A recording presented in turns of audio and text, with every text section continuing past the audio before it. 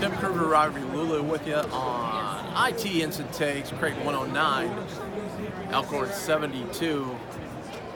I don't really know what to say, Rob. That was at least there was a spurt in the second half that was somewhat entertaining and somewhat revealing, but that first half was about as ugly as it could get. It was. I was actually a little concerned at halftime with the way they were playing. I mean, I didn't think they were going to lose, but if it ends up being like a 14, 15-point game, that looks kind of ugly. Doesn't look great, and they had, 14 turnovers in the first half? That was pretty rough, but second half, they cleaned it up a little bit, got it together, and ended up winning by almost, 40?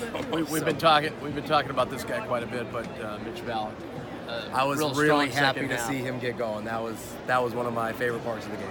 Yeah. Other than that, Marcus was on point throughout the whole night. He didn't play hardly at all in the second half. I mean, one guy sitting next to me said he could have scored 79. He probably couldn't. Oh, yeah. I mean, it was one of those things where, and it was the same. Honestly, we've seen it in all 3 games, if you're including the exhibitions.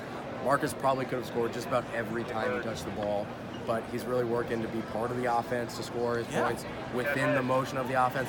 And, I mean, they're going to be better long-term for it, because then in games where he does have to take over, other people are more prepared to help out. Yeah, I thought he was really patient. His shot selection's been much better. Yeah, tremendous. So, really, we look ahead to Wednesday night at Northwestern.